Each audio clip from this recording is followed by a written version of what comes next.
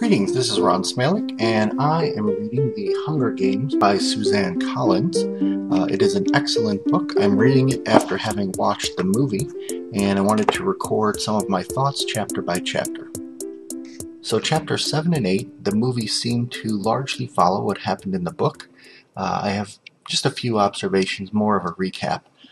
Chapter 7, Katniss was really now realizing the seriousness of the situation. It's starting to sink in, and she's becoming bothered by what she calls the Twins Act, where she's being paired up with Peeta from her village, even though she knows that this is supposed to be a one-person survival. We find out that she's going to have 3 days of training with all of the other tributes as a group, and then actually at this point I was curious how long her total training lasted. In chapter 9 we actually find out that she then has 3 days of individual training, so it's really only about 6 or 7 days total that she's away from her village before she goes into the games.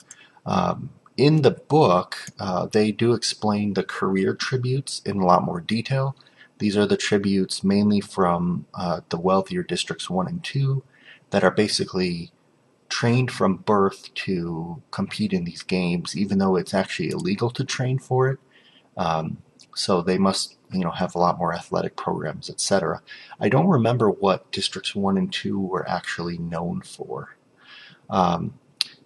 We had already seen and known that Katniss was worked well with a bow and was pretty good with a knife.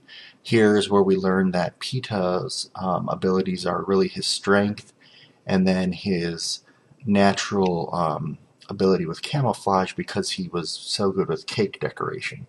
Now, I wonder how decorated these cakes really were that they were able to be sold in District 12, but that's fine. At least they justified.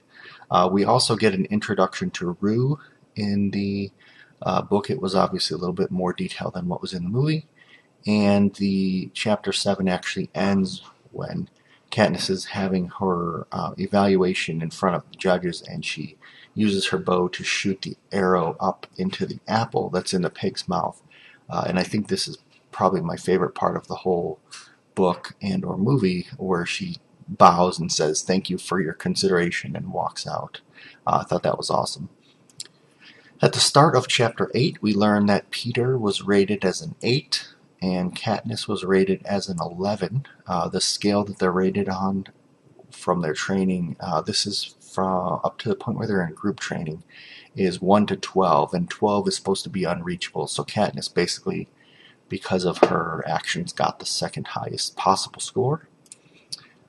We actually learn more about her background and her relationship with Gale in this chapter as well.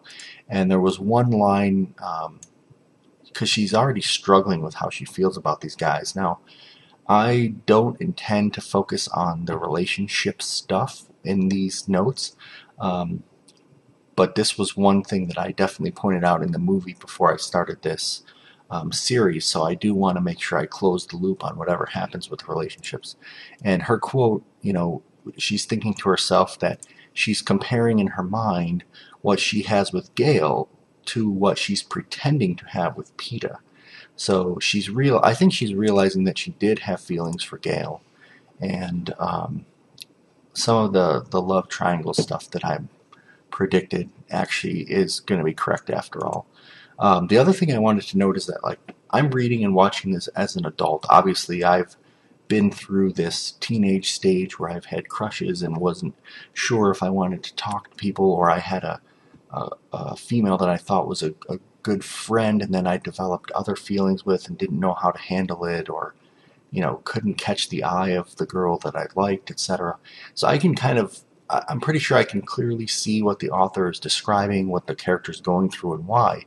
And it made me wonder if teenagers that are reading this, or preteens, early teens, probably not a lot of preteens reading this, but I really wonder if they really get it, because I bet a lot of you have not had a lot of these experiences yet that you've gone through, and I'm kind of wondering if this book will actually help you recognize some of the feelings that you might have, But maybe even more important of a lesson is recognizing how other kids react to you, or maybe to your friends if they're in this situation. And it's very confusing. It's very awkward. You've never had to deal with something like this before, and oftentimes you will have a boy who likes a girl or vice versa, and because they don't know how to express the attraction that they're feeling, they end up picking on each other or cutting each other down because they don't really understand. They're embarrassed about how to handle it. So um, just kind of interesting to think about this. I probably should have considered this stuff when I read things like Harry Potter as well, but for whatever reason, this book is really bringing it out.